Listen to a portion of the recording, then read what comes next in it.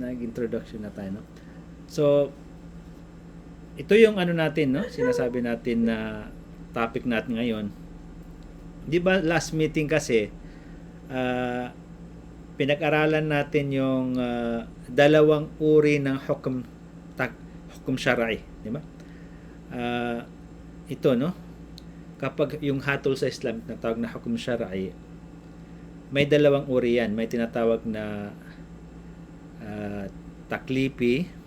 Ito nga, yung kilala natin yung may wajib, ibig sabihin obligado, may mandub, mustahab o kanais-nais, inire-recommenda. Pangatlo, mubah, pinahintulutan. Yung pagkain natin, pinahintulutan yan. No? Makruh, yung hindi kanais-nais. Hindi naman haram, no, pero hindi kanais-nais. No? Halimbawa, yung sabi nga natin na yung pagkain ng bawang. Recording in progress. Na bago pumunta sa mosque, no? Kasi nangangamoy, no? Then, yun ay makruh, hindi ka nice, pero hindi naman haram. Yung panglima is haram, pinagbabawal, no? Pagnanakaw, pag-inom ng nakakalasing, pangangalonya, pakikiapit, yan, haram yan, no? Natakal natin yan last meeting at saka binigyan natin ng mga halimbawa. Yung pangalawang uri ng hukum taklif, yung hukum pangalawang uri ng hukum syar'i, hatol sa Islam yung hukum wad'i, mga batas na nagtatakda ng legal na kalagayan, no? Yung sabab, no? Binigyan natin ng halimbawa, yung dasal na maghrib, di ba? Wagib nga na magdasal na maghrib, pero kailan? Kapag mayroon ng sabab, kapag lumubog na yung araw. Shart, condition. Yung condition para maging valid, para maging sahih yung wasto, yung ating sala, ay mayroon tayong wudu, nakapag-wudu tayo. Mane, yung nakakahadlang. Ibig sabihin ay isang babae, no? Wajib sa kanya na mag-ayuno, yung nasa tamang gulang na babae. Pero kapag nagkaroon ng menstruation siya, yung buwan ng dalaw, is, mane, hadlang yun na hindi siya obligado sa oras na yun. Palitan na lang niya sa ibang araw, no? Ay butlan or fasad. Yung butlan, yung bakit nagiging butlan, batil. Kapag ginawa mo yung isang bagay na may mani, halimbawa yung babae may regla, nag-ayuno siya, ay batil, hindi wasto yung kanyang ayuno, no? Palitan niya. Rukhsa yung pagpapagaan sa isang kautusan. Ibig sabihin yung tao na tayong mga nasa tamang gulang at pag-iisip, kapag obligado tayong magsala. Pero kapag tayo naglalakbay, binibigyan tayo ng ruksa, pagpapagaan. Ibig sabihin, ina-allowed sa atin na magdasal na 2 raka lamang. Yung mga 4 na raka. Yung Dhuhr, Asar, tsaka Isha. Yung ruksa. Azima, yung original na kautusan. Yung halimbawa, yung dasal na Dhuhr, 4 yan. Yun ang azima. Pero kapag naglalakbay ka, naging ruksa, pagpapagaanin yun na gawing 2 raka. So, yun. Ang gusto kong ngayon, gusto ko lang kasi ito ma-emphasize sa inyo na tinatalakay natin to introduction kasi kapag dumating na tayo sa pinaka punto or pinaka purpose ng pag-aral natin dito, yung maintindihan natin yung mga batas na Islam dito sa Pilipinas. Isa na doon yung Muslim Personal Law of the Philippines, otherwise yung natawag na Presidential Decree 1083 or otherwise known as Muslim Personal Law of the Philippines, which is diyan natin makita yung ating mga obligasyon, mga karapatan bilang mga Muslim na mga Filipino, no? Ito yung introduction niya, no? Kaya intindihin natin, no? Kung sa inyo man sa ito na nakita na medyo mabigat, hayaan na ninyo, no? Kasi as time goes on, palagi niyong maririnig yan, maintindihan niyo, no? Kasi anyway, parang daan lang naman yan, eh. Kasi ang purpose natin, maintindihan natin yung Muslim Personal Law of the Philippines, no? Kaya ang gusto kong dito is how are Islamic rulings derived from the sources of Sharia, no? Paano hinahango ang hukum o hatol sa Islam? Halimbawa, yung pagsasabi natin ng isang bagay ay wajib, no? Yung pagsasala ng Dhuhr o Asr, wajib. Paano mo nasabi na wajib yan? Yung paano hinahango ang hukum, yung hatol? Sabihin mong wajib o mustahab, yung pinag-aral natin kanina na hukum hukum wad'i, taklif wad'i, wajib, haram. Paano mo sa sinasabi na haram yan? Yan. Kailangan natin yan. Gusto ko lang i-remind tayo dito na hindi natin ito pinag-aralan upang tayo mismo ay magbigay ng mga hatol. Kasi wala pa tayo doon sa punto na yun, no? Pero ang punto lang natin dito, at least kapag doon na tayo sa Muslim Personnel of the Philippines, ay alam natin na yung background ng mga jurists, Muslim jurists, yung mga ulama natin, yung mga pantas natin, kung paano nila hinango yung hukom na yun, yung hatol na yun. In which, maintindihan natin na ang mga hukom na yan ay hindi galing sa jurist, hindi ang galing sa ulama o alim o sa learned person, kundi galing yun sa Allah, sa Quran, pero inintindi nila at in-apply nila sa isang sitwasyon at nasabi nila ito ay wajib, nasabi nila yung ziwag, yung marriage na yan ay batil o invalid. Yun lang gusto natin ano ito. Hindi, in-emphasize ko dito na hindi ito maging tayo tagahatol. Tayo magbibigay ng mga fatwa. Wala pa tayo sa level na yun, no? Pero introduction ito, no? Introduction ito na gusto kong maintindihan nyo para makita nyo yung beauty ng Islam. Ng Islam, yung mga rulings, yung mga hukum ay hindi kinukuha sa ganang kaisipan ng tao. Yung rule lang ng kaisipan ng tao dito ay yung intindihin yung hukum syar'i, yung dalil syar'i, yung Quran at saka hadith, at i-apply doon sa sitwasyon na yon. At kapag na-apply sa sitwasyon na yon, masabi mo na, yung marriage na yan. Halimbawa, kapag dumating na tayo sa Muslim personal laws, no? Makita natin ano ba yung mga valid at saka mga invalid na mga marriages. Makita natin na, bakit naging valid? Kasi yung mga shurut, yung mga napag-aralan natin na shurut, available. Bakit naging invalid yung marriage na yan? Kasi may mani, halimbawa. Kasi yung shart, yung condition ay hindi na fulfill. Kaya invalid na marriage yan. Yun lang ang gusto kong maintindihan natin dito. Kaya dadaanan natin ito para kapag nandun na tayo sa Muslim Personnel Law of the Philippines, no, ay magiging madali na sa atin, maintindihan natin, no? Kaya nga ang tawag natin dito sa kurso natin na ito, introduction. At saka gusto ko rin sabihin dito na kapag medyo may mga mahirap na mga term, either na i-research niyo o itanong niyo sa akin, or kung medyo yung mga konsepto na medyo mahirap, daanan lang na natin. Kasi kapag dating natin doon sa law na pag-aralan natin, inshallah maging malinaw na sa inyo. Okay? So yun. Sa Islam kasi, no, kapag yung pag-derive ng hukum, no, ito derive, or paghango ng hukum o batas or hatol ay dumadaan sa tinatawag na proseso na may pinag-aralan sa Islam na tinatawag na usul fiqh. Ito nga yung usul fiqh or principle of Islamic jurisprudence, no? Prinsipyo ng batas Islamiko, no? Kung saan diyan natin mapag-aralan kung paano hahanguin, paano i-deduce yung ruling from the Quran and Hadith and other sources of Islamic law para makaderive yung mga ulama, yung jurist ng hukom na sabi niya wajib yan, mubah yan, makruh yan, haram yan, o anumang hukom. Okay? So yun. In usul al-fiqh or principle of Islamic jurisprudence, a hukum syar'i, Islamic legal ruling, is deduced from the sources of Sharia through deduced from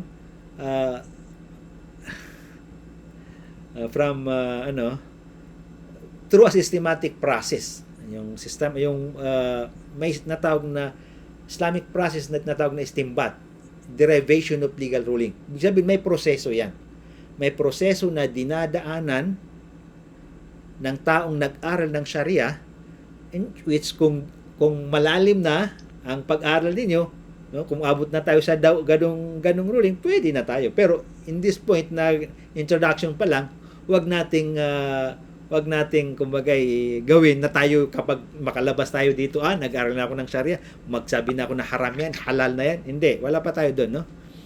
Pero kapag malalim na, yung mga taong malalim na, which is hindi naman masama na sa atin, halimbawa kung ilang taon ngayon, pag-aralan natin, baka dumating tayo doon. Depende na yun sa atin. Kung gaano tayo mag-aral. No? Kaya yun, yung systematic proseso ay tinatawag yan na pag-aral sa usul al-fiqh, no? Kaya kung titingnan natin ano nga ba yung hukum syar'i, no? Again, kapag makita natin yung definition ng hukum syar'i, no? Maalala natin yung pinag-aralan natin last meeting, no? Hukum syar'i is the communication or khitabullah, communication of Allah relating to the acts of the legally responsible person or mukallaf, whether by way of demand, choice, or declaration, no? Kung itagalog natin, no, para maano, no, yung ang hukum syar'i daw ay pahayag o kautusan ng Allah, mura sa Allah, na may kaugnayan sa mga kilos ng taong may pananangutang legal. Ano bang may madali lang 'yan, no? Ibig sabihin, yung hukum syar'i ay may pahayag ang Allah, at yung pahayag na 'yon ay kaugnay sa gawain ng isang tao. Halimbawa, yung sinabi ng Allah sa banal na Quran na aqimus salah, isagawa ninyo ang salah. Yun ay communication. Yun ay pahayag ng Allah. Relating sa ano? Sa isang act, sa isang gawa na ikaw, taong Muslim na nasa tamang gulang at tamang pag-isip, magsala ka. Kaya yun ang ibig sabihin. Hukum syar'i yun. Yung sabi ng Allah na aqimus salah. No? Na pagbabawal, no? Sabi nga, no?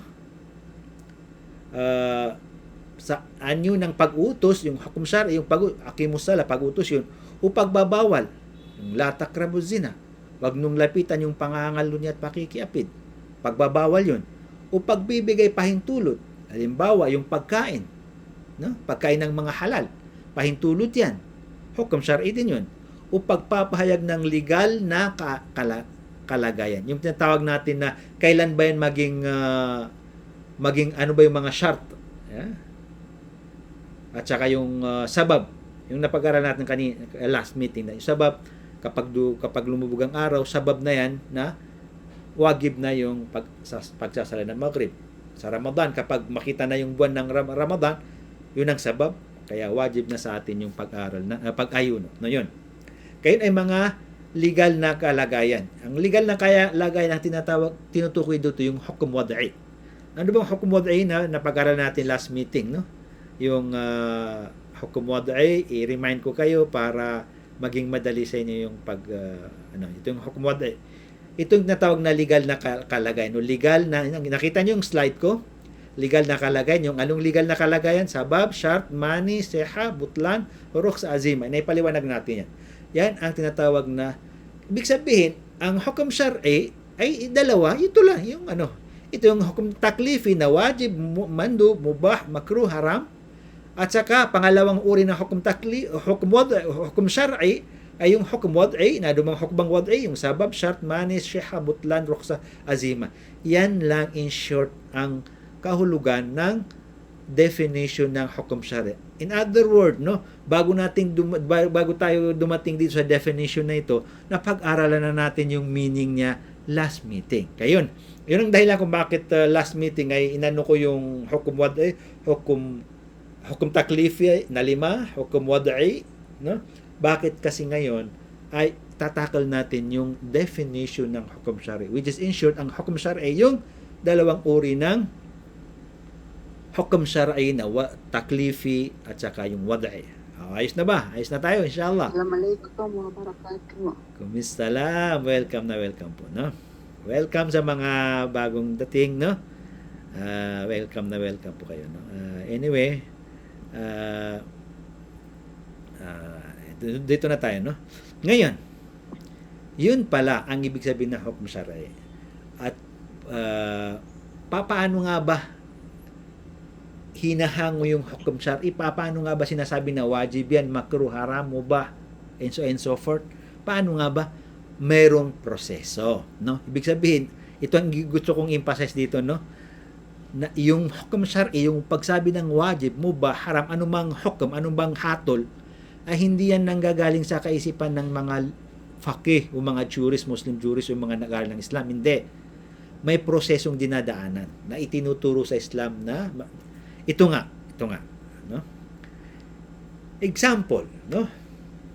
Obligation of prayer, yung pagsasabi na ang sala ay wajib. Paano mo nasabi? No? Paano mo nasabi? Di ba meron tayo napanood na ganun? No? At sinabi mong prohibition of theft, pagbabawal ng pagnanakaw. Paano mo nasabi na haram yan? Although, basically, alam naman natin yan. No? Pero, pinag-aral natin yung basic kung paano, kumbaga, ay hinango yung hukom na yun.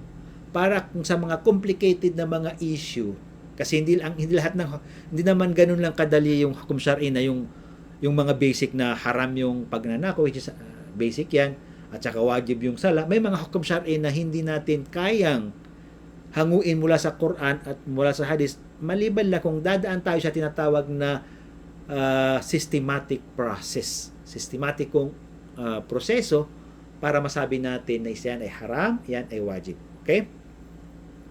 Kaya una, pag-aralan natin, ano nga ba yung mga sources? Saan mo nga hinahango? Yung sa pagsabi mo na haram yan, wajib yan, mubah, makruh, yan. Saan mo hinahango yan?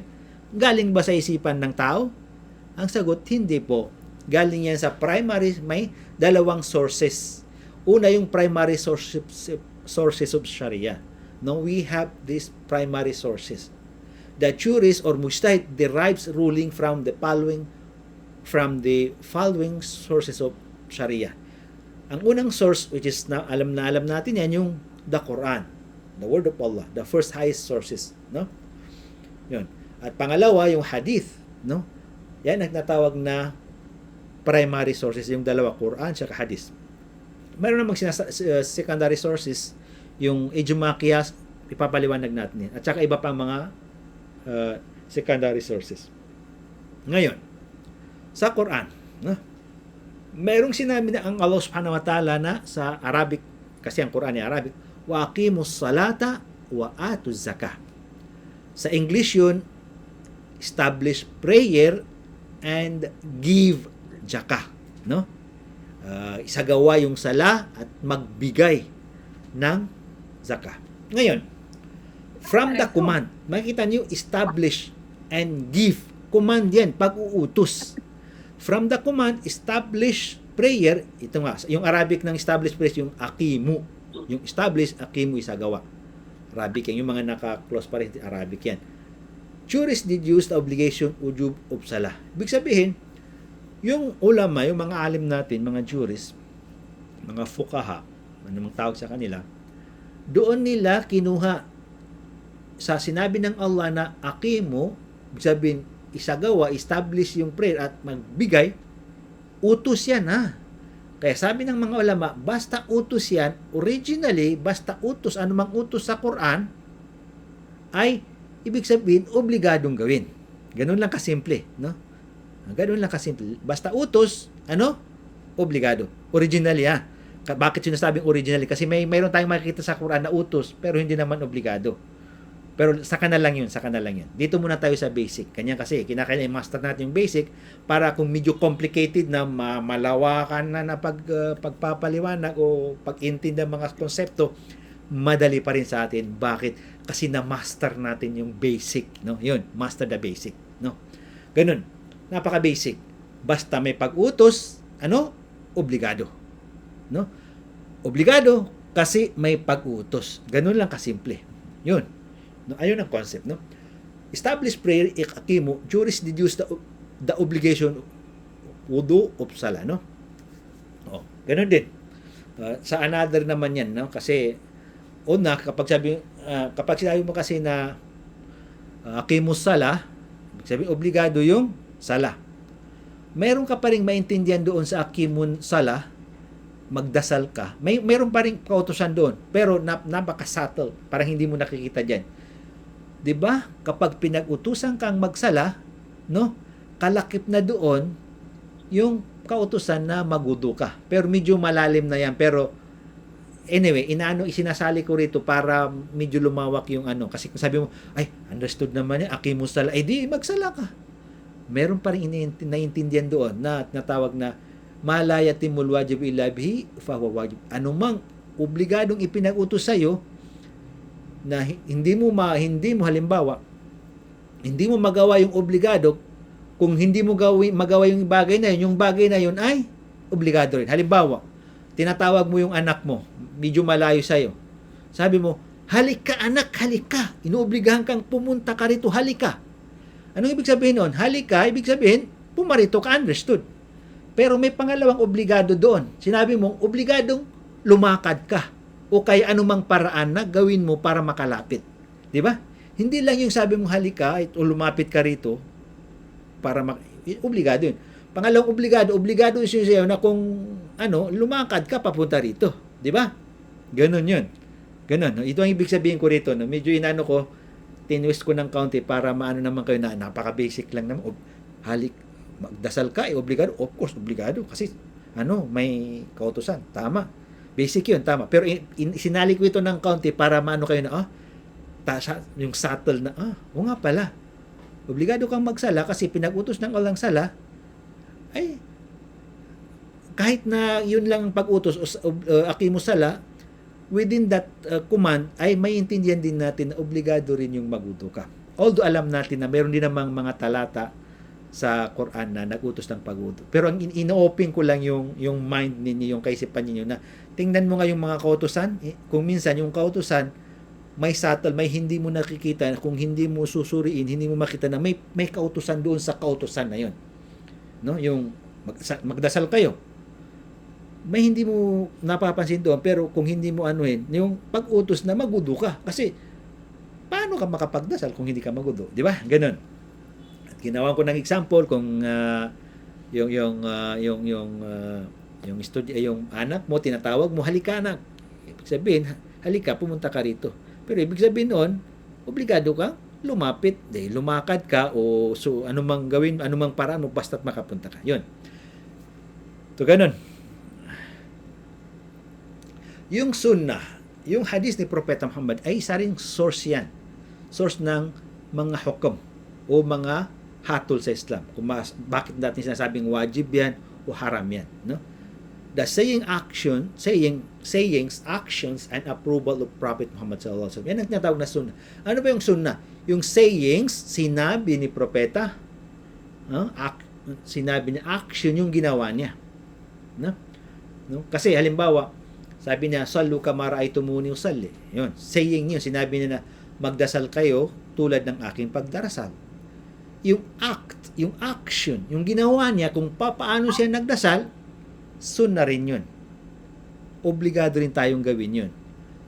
Pangalawang uri tatlong uri ang sunnah. Sinabi niya, pangalawa, ginawa niya. Kapag sinabi niya, sundin natin. Kapag ginawa niya, ay gayahin natin. Sundin yung sinabi, gayahin natin yung ginawa niya. Pangatlo is approval. Ano ba yung approval? No?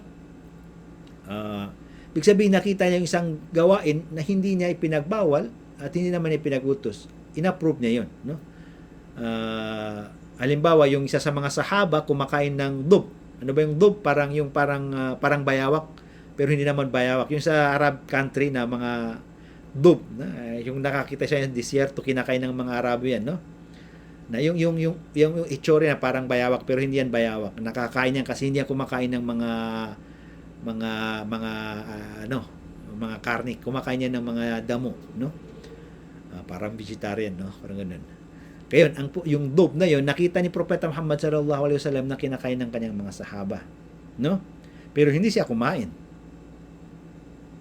Pero hindi naman ipinagbawal, pero inaprobahan niya. Ibig sabihin, okay yan. Ibig sabihin, halal yung dub. Yung nakainin, no? At tinanong nga si Propeta, ba't ayaw mo kumain? Haram ba yan? Sabi niya, hindi ko kinakain, pero hindi naman haram. Pero hindi lang ako sanay kumain yan. Ibig sabihin, hindi lang siya sanay kumain ng dub, kaya hindi siya kumakain. Pero hindi naman haram kasi inaprobahan niya. Ibig sabihin, inalaw niya na kainin ng kanyang mga sahaba. Anong uri ng sunnah yun? Tinatawag yun sa Arab na takriri or sa English approval. Inapprove niya. Kaya sunnah pa rin. Ibig sabihin, allowed pa rin yun sa Islam. Ibig sabihin, source pa rin yun na masabi natin, allowed pala kumain ng dub. Bakit?